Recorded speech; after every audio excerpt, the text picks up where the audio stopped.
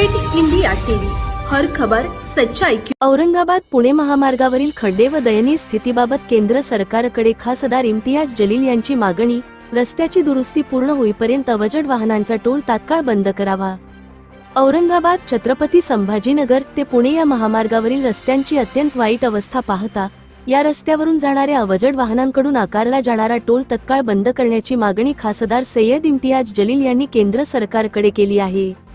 या संदर्भात त्यांनी केंद्रीय रस्ते वाहतूक मंत्री यांना पत्र पाठवून रस्त्याची स्थिती सुधारली जाईपर्यंत अवजड वाहनांसाठी टोल वसुली थांबवावी अशी मागणी केली आहे.